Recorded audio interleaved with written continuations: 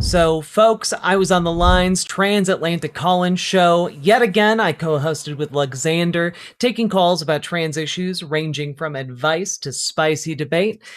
Check it out. We are going to talk to Eleanor, she, her pronouns, calling from Washington, who wants to talk about the SCOTUS decision on conversion therapy. Eleanor, you are live on the line with Hi. Luxander and Jack. How's it going? Hi, Lux. I was pretty good. I called in last week. I wanted to first off tell you, Lux, that your point about the genetic testing position I was taking is accelerationist. I hadn't thought of that. Thank you so much for pointing that out. Sure. Uh, Riverboat Jack, this one's more for you because you tend to take more political issues on your show, if that makes sense. Yeah. Um, so this is in re SCOTUS overturning the Colorado conversion ban, or not exactly overturning it. This is where things get interesting. I'm going to try and make the argument that this is the least bad possible decision they could have made. Because of the way, are you familiar with the way common law works?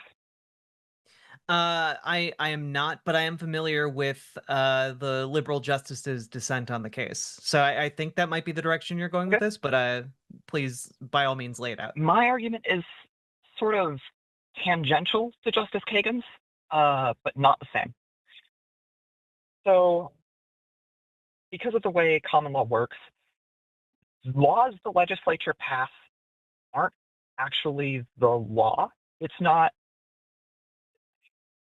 the way common law works is that whatever the legislature passes acts as a sort of mimetic guideline for the judiciary, and it's the judiciary who make the actual laws. That's Hmm. that's the reason common law is often called case law, is because it's individual legal cases that actually determine the law.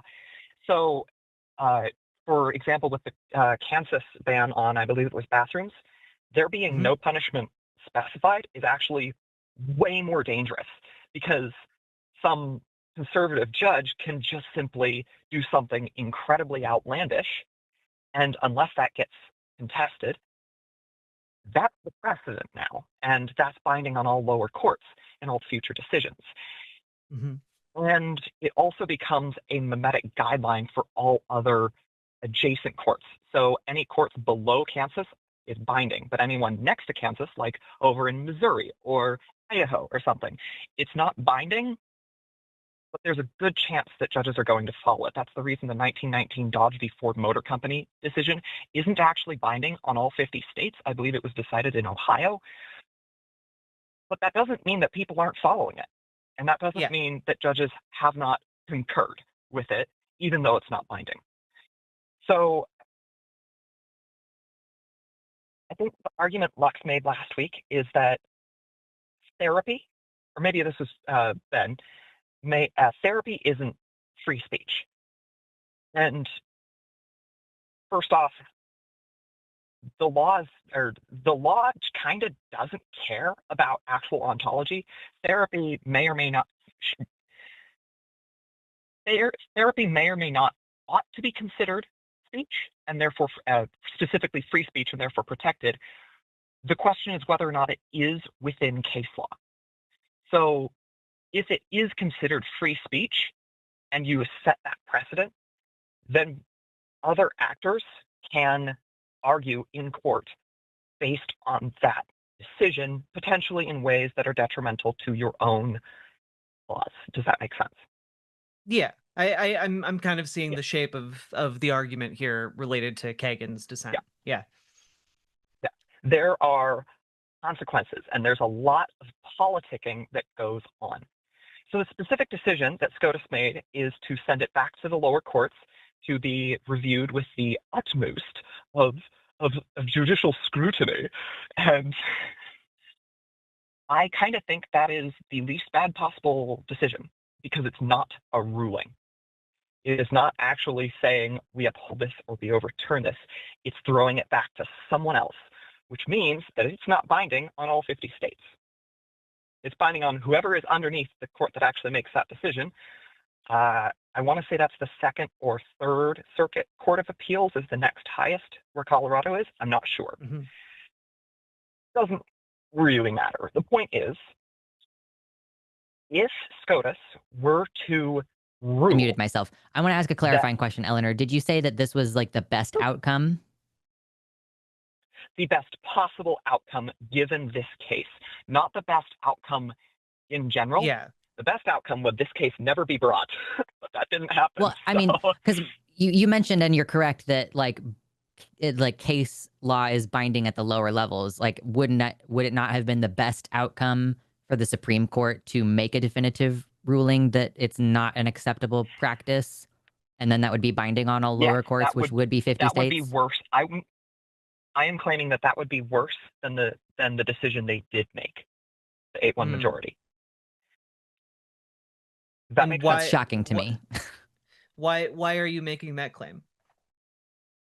Because it's what I will call conversion practices.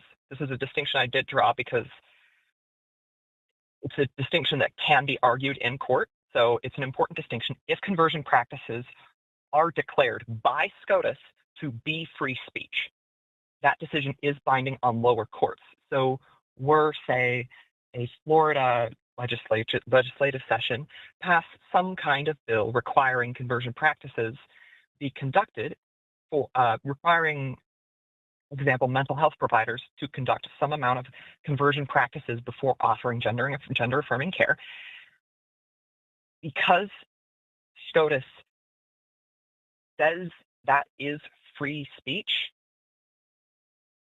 that actually becomes compelled speech on the part of the Florida legislature, which means that bill would get shot down immediately. Like, easiest in the basket, easiest case you could make to shoot that hypothetical Florida bill down. Now, were SCOTUS to say that that conversion practices are not free speech, then there's no real argument against that hypothetical Florida bill, right? What SCOTUS did was neither of those things. SCOTUS didn't make a ruling at all. They tossed it back to the lower courts, which means that there is no decision binding on lower courts, but there are guidelines because the logic for the decision made was that it is free speech. So I'm not an attorney. I'm not in law school. I haven't even taken the LSAT. I really want to. But my understanding is that because Kagan and the other concurring opinions have said that that conversion practices do count as free speech in a non-binding decision rather than a ruling, that is mimetic guidance for lower courts, such as the Court of Appeals that governs Florida's court system. Does that make sense? It does. I guess what I'm struggling with is just, it seems to me like the best possible outcome, which was not a realistic outcome that we could have gotten from this particular Supreme Court, but the best possible outcome would just be this is not acceptable, like, medical practice. Like, it's obviously medical malpractice. It should be banned. And end of story. Problem. Right? I don't mean to interrupt. I'm sorry. I have audio no, processing delay. Here's the problem is that most people who are doing conversion practices aren't doing it in a medical context. It's not some therapist with a license doing conversion practices. It's like your pastor, speaking from experience. It's your parents. It's someone your family considers authoritative. It's some spiritual guidance, what have you. Point is, it's not actually under the jurisdiction of any kind of medical license.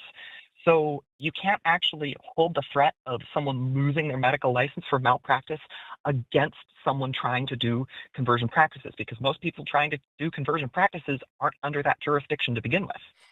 But I guess I'm saying, like, it seems to me like the same way if an unlicensed doctor was doing unsupervised surgery in like a basement, that would be largely regarded as illegal. In a similar way, doing like specific conversion therapy practices would also fall in a similar way to this, right?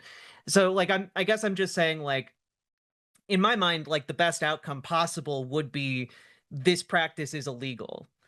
And obviously we weren't going to get that from this particular Supreme Court. And so like Yeah. I understand the justices that concurred, because they're essentially saying like, well, if this is found as free speech, which is what the majority seems inclined to do here, well, we want to make sure that like we aren't in fact setting up a situation where states can ban gender affirming therapy, because we don't want that to come back and bite us in the ass, essentially.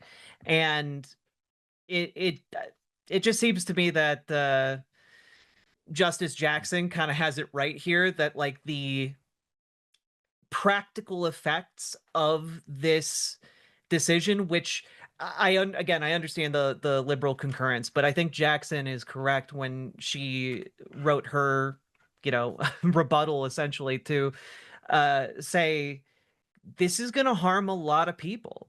And I think that it's a fundamental disconnect within the Supreme Court itself between, are people like, are we talking about like an abstract right, or are we talking about like the material harms? And the vast majority of the court seem to be more interested in debating the abstract right rather than talking about the material harms that are certainly going to flow from this.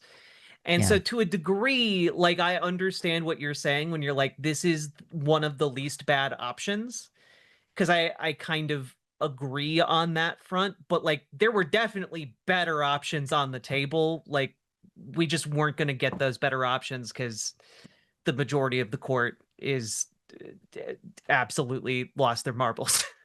Yeah, like we did talk about this last week, and I do remember our conversation, at least bits and pieces of it from last week. And it's like, okay, I do recognize that this ruling doesn't actually have to do with the actual medical practice of therapy. That's why we backtracked and established like therapy practices, or sorry, conversion practices, not conversion therapy, because yeah, are we trying to limit what your pastor can say? But there are limits to free speech. I can Like we interject for a second. do. I was about to like drive toward a larger point, but so like we do limit, we limit actions of speech when they are harmful. So you can't just say anything you want at any time, even if we have First Amendment protections. And it's just a real failure, I think, in this instance to not recognize that this type of speech is harmful and therefore is not protected speech, because like, and we talked about potentially establishing this as like a type of abuse, because abuse is not protected speech. And yeah, I don't know exactly what would need to happen in the law for this to occur, like for us to be able to limit conversion practices to say like it is actually illegal for a parent to forcibly prevent their child from exploring their gender identity, or for a pastor to tell a child or anyone that they are not You have demons. yeah, that you're a demon or whatever, that we gotta exorcise you. And obviously exorcism itself is restricted in ways, but unfortunately I think we're running into an issue where, because something is popular and common, it's being permitted. Like the entire reason that religious belief is not considered a delusion is because it's a largely shared delusion, which is frustrating. Yeah, it's a delusion I happen to hold. So let's not touch that particular I mean, you're calling into an atheist show, and it's incendiary relevant to the device, discussion shall we? because we're talking I about know. religious conversion practices. Not necessarily religious. I've definitely seen it from secular people, or people approaching it from a secular point of view. I know, I won't say my parents aren't religious.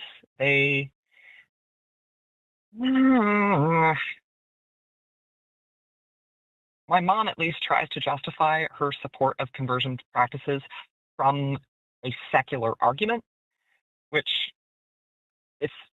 it's obviously inconsistent with the actual empirical evidence, but that's neither here nor there. it is an argument that can be made. And there is a problem with saying that I do have a problem with Jackson's rebuttal. And it essentially boils down to, great, we're going to touch another third rail. Roe, Doe, and Dobbs. Ready for this? Yep. Okay, so because of the way common law works, the judiciary makes the law. That actually means that the Constitution isn't the binding law of the land. Whatever SCOTUS says is the binding law of the land. And this is where things get kind of dicey, because SCOTUS can actually just make shit up. They're allowed to do that. That's what they did with Roe and Doe. They just pulled the right to privacy out of their ass. I'm not saying that was a bad thing. I think the right to privacy should be in the Constitution. Wait, no, is that not? No, I'm pretty sure that's in the 14th Amendment. I'm pretty sure it is like the 14th Amendment is one of the longer ones, but I'm like pretty sure it's like specifically enumerated in the 14th Amendment that you have a right to privacy. They just okay, said, hey, the right to privacy like 30 applies to seconds your to look medical this up. stuff. Like, I have looked it up. I'm pretty sure it's in there, and it's just how they interpreted the right to privacy to apply to your medical situation. And I'm not disagreeing with the end result of Dobbs. I'm saying, supposing they did just pull it out of their ass, which is my understanding at least. I agree with the result, but that is what they did. And the reason that's important is because when Dobbs went and overturned Roe, that was the logic Dobbs said was unfounded. Dobbs is completely wrong. It's incorrect. It's objectively incorrect with respect to common law. Common law says that SCOTUS is allowed to do that. But that was the argument made, which means it's now binding on lower courts. So this decision handed down by SCOTUS is that you can't just make shit up anymore. You can't pull things out of your ass to make a decision because you think it's right rather than it pertains to the law. So you have to at least be able, as a judge, you have to be able to at least convince your readers that you are medically applying the law rather than just making shit up, which of course creates a whole bunch of perverse incentives with respect to absurd rationalization. I just pulled up the 14th Amendment. I'm going to, do you know which particular section? Yeah, it's a long one. I'm in the middle of reading it right now. Shall I just read it off, like, into the record? No, it's good. I don't need you to read a whole paragraph at me. Yeah. I guess the word privacy, yeah, it is subject to their interpretation of the terms of deprivation of liberty. Yeah. And equal protection under the law. I think like the equal protection under the law aspect was a pretty critical element of it as well. Yep. Right of privacy, personal autonomy. Yeah, that has to do with paragraph 3. I see what you're saying. Yeah. I'm gonna read this in. The privacy and personal autonomy thing was an interpretation in Planned Parenthood v. Casey 1992. Okay, so I was incorrect that it is specifically enumerated, but it is predicated on the text of the law regarding liberty and equal protection. Yeah.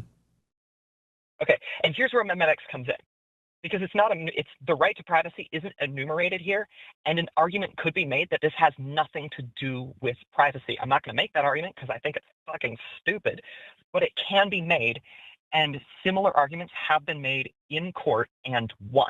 So this isn't a foreign concept. The point I'm making is that Dobbs went and overturned SCOTUS and everyone below SCOTUS's ability to make shit up, including saying that the right to privacy is covered by the 14th Amendment.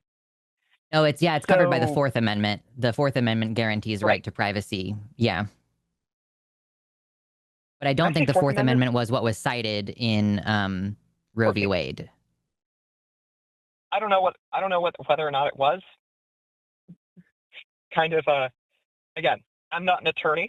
I have not done my due diligence up to the standard of an attorney. I've done my due diligence up to the standard of a rank amateur. But this is interesting stuff.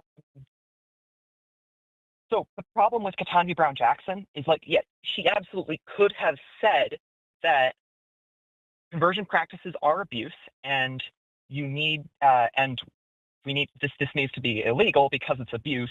Boom, there's your decision.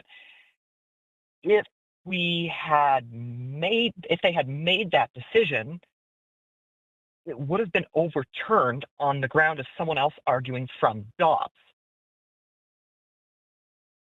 Because if someone argues from Dobbs and SCOTUS still decides against them, that's grounds for impeachment, which is like the only accountability SCOTUS justices have. And this is where, Riverboat Jack, you mentioned unlicensed doctor surgery, something I've been taking notes. I'm sorry. Yeah. No, it's okay. That your argument is that conversion practices should fall under malpractice. And my problem with that is that now it becomes binding that conversion practices are therapeutic in some sense under the law. I don't think that is the implication at all. Like, I'm pretty sure case law disagrees with you. Whether or not they certainly is irrelevant to case law. I think certainly presenting it as a type of therapy, or like, you know, like an attempt to apply the practice in order to achieve a certain result, and using psychological methods, which are understood to be legitimate therapeutic practices, broadly speaking, like it's like to address something from a psychological angle to achieve a certain result, to resolve a dysfunction as they portray it. Like, I think that it holds enough similarities to say that, like, this is a type of medical malpractice, in the way that, like, if you were like, I've decided that no one should have kidneys anymore, and kidneys are fundamentally unhealthy and we should remove them from everybody. Like, just because it's not broadly understood to be medicine doesn't mean that that is not a type of practice or a position that is piggybacking off of the medical establishment and carrying itself along as though it is addressing a medical problem. Yeah. Okay. So again, I am not an attorney. I am not formally trained in the law. I don't. I'm going to kind of go out on a limb here and say this is very much my intuition talking, rather than I have hard sources within case law, because I'm not an attorney. I don't know how to find stuff like that very efficiently. It takes time. But I'm pretty sure that is actually not consistent with decisions that have been made in the past within U.S. case law. If this were a different common law country like Canada, Australia, New Zealand, or the UK, that might not be the case, and your argument could stand. But I'm fairly sure that in the U.S., given decisions that the U.S. has made, saying that conversion practices fall under some form of medical malpractice implies that it is medical treatment of some sort, and should that decision that it is specifically malpractice ever be overturned or legislated against? No. I have removing to people's kidneys here. Is medical malpractice. Like, sorry, go ahead, Reverend. Under this understanding of the law, someone who is essentially a traveling snake oil salesman is like saying that you are outlawing traveling snake oil salesmen is validating that they are providing some kind of therapeutic treatment, and like that's just not the case, right? Like, if somebody's going around selling you a holy tonic in order to cure your cancer, like that's not like that is medical malpractice to present it as actual medical intervention. And so like what I'm trying to get at here is that, like, I think that there are pretty common sense ways where you can have laws outlawing harmful medical practices. Like, we have laws outlawing harmful medical practices right now, and conversion therapy is objectively a harmful medical practice. And like I don't see that this is terribly controversial in terms of like, oh well, it's going to set up case law that will allow for abuse in the future. Like, I think that if you are treating it as a medical issue and as medical malpractice instead of a free speech issue, that that takes care of most of the problems here. And the issue is that the way it was argued in the Supreme Court failed to kind of convince conservative justices that have no interest in like helping trans people or finding in favor of like pro-trans positions. Like I think that what we're looking at here is rather a situation where the law could do better. And the argument that, well, potentially someone in the future might take a, might make a bad faith argument to twist and torture the definition of these things in such a way as to try and re-legalize conversion therapy. I think it's a bad argument. Yeah, I'm also not letting existing case law dictate my logic on the topic. Like, so just because it may have not been found to be a type of medical malpractice in existing case law doesn't change what I see as the fact of the situation.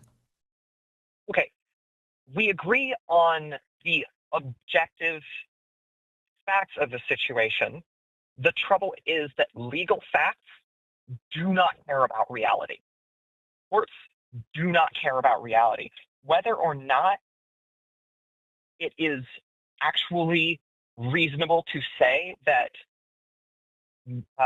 ruling conversion practices being a form of medical malpractice, licensed or otherwise, does not necessitate that conversion practices are medical practice. Saying that that argument doesn't make sense, courts don't care. You can't argue just from common sense. Well, again, but if we are now in the realm of just courts don't care about facts and courts don't really care about anything, I agree. Because you like then again we're in the realm of the law is just whatever judges make it, which nothing means anything in that situation. Yeah, like in this situation, Agreed. it does not matter what the courts have ruled. If under your argument, it does not matter what the courts have ruled because they can just ignore what other courts have ruled, which the Supreme Court has done frequently in its recent string of decisions. The Supreme Court has done that because other courts are under their jurisdiction. Yeah, but also, and if you have binding case law, the Supreme Court doesn't care about binding case law. Right. They're the only court in the land that actually has that authority. They have the final authority. So your entire argument falls apart on that point, which is that they could, in fact, just rule that this is harmful, like conversion therapy should be outlawed, etc. And like, then you're golden. I think you're missing, it's fine. This is like a 3 or 4 step dance in legal goings on, and I think you might be missing a step or 2.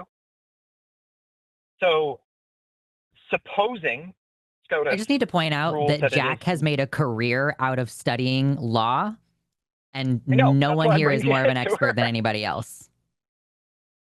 That is why I'm bringing it to her. Yeah, like, what am I missing here? If SCOTUS rules that it is some form of medical malpractice, licensed or not, then in this hypothetical future, say Florida makes some regulatory guideline that conversion practices are not to be considered malpractice, whether or not that happens in the Florida legislature or some extra legislative regulatory body that is governed by the state of Florida's government. I'm not sure what the particular intricacies there might be.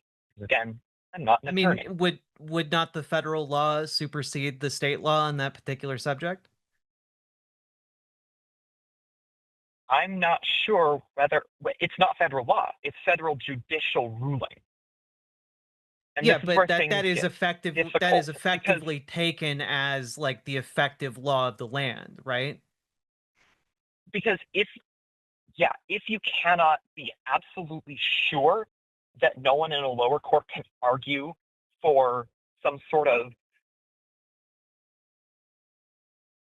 theoretical or ontological carve-out to this particular ruling, if you are not absolutely sure that no such argument can be made, then chances are some argument can be made. But all arguments can be made. Like all arguments can be made. Like you can make terrible arguments infinite amounts of times. And so like it doesn't just make seems them meritorious. Yeah, it just seems to me that like what we're arguing here is about the possibility of future arguments that may or may not hold a degree of water. And it's like this is all kind of beside the point, because in a way I do agree that the way that the Supreme Court went about it is like one of the least bad options that was available to the liberal justices. But like this is like I disagree for the reasoning why it's the least bad, I guess. Okay. So, yeah, like I don't think that the way that they did it is preemptively stopping bad faith arguments being made on the state level about this. If I can point a sort of larger point out to the both of you, really, like I can tell, Jack, you're kind of outraged about how the prospect of judges can just decide whatever they want if they're on SCOTUS. It's a frustrating fact of the world that you just said like there's arguments being made and that could be influential, but the Supreme Court doesn't have to give dick shit any care of the arguments being made. And that can be frustrating in some situations, that they don't even have to be consistent, that they can rule completely differently from one case to the next based on arbitrary political lobbying. Right. You're assuming that SCOTUS is going to overturn their own decision, which we don't actually have in this hypothetical future where they rule that it is some form of medical malpractice. Your hope is that SCOTUS would potentially patch the holes in that particular argument. I'm just saying it would have been nice if they had tried to do something to limit this practice, whether that's if they declare that all conversion practice is a type of torture or all of it is a type of abuse. If they had tried. To be clear, I don't think this Supreme Court is going to do anything except the worst possible thing you could imagine at any given time. Memetics again, yeah. Do you know what memetics is? I'm realizing that's kind of a obscure word. Okay, the study of information and culture. Okay, cool. Yeah, sort of. It's like the Dawkinian idea of a meme. Like, just to be clear, screw Dawkins. He's a bit of a dipshit, transphobic dipshit. But he did have some good ideas with his idea of memes as the sort of informational genetic code of a society. Memetics is the study of that, so on and so forth.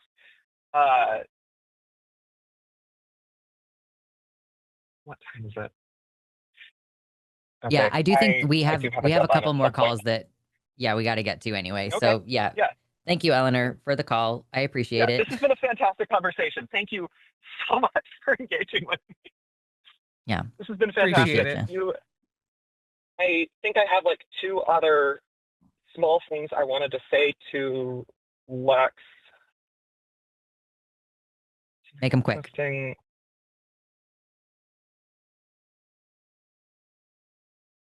No, they were for Ben. Can I just like shout out 2 seconds some beef I have with Ben? Hold on. Let me see when he's going to be on next, so that it might be more beneficial to just hit him directly up. More Ben. Yeah, we don't need that. It's when is? Well, Ben is actually going to be back next week with me, so you'll get me and Ben again next Thursday. Fantastic. Yeah. Fantastic. I'll give him my beef then. That sounds weird. Take care. Bye. Thanks, Eleanor. We'll talk to you later. Bye. That was a call. Remember to like, leave a comment longer than 8 words, really helps with the algorithm, and subscribe. And also check out the live show every Thursday. Links all down below. And let's keep on going.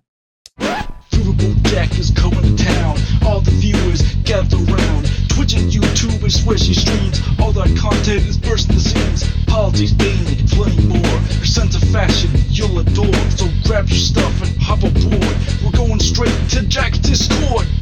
Riverboat Jack.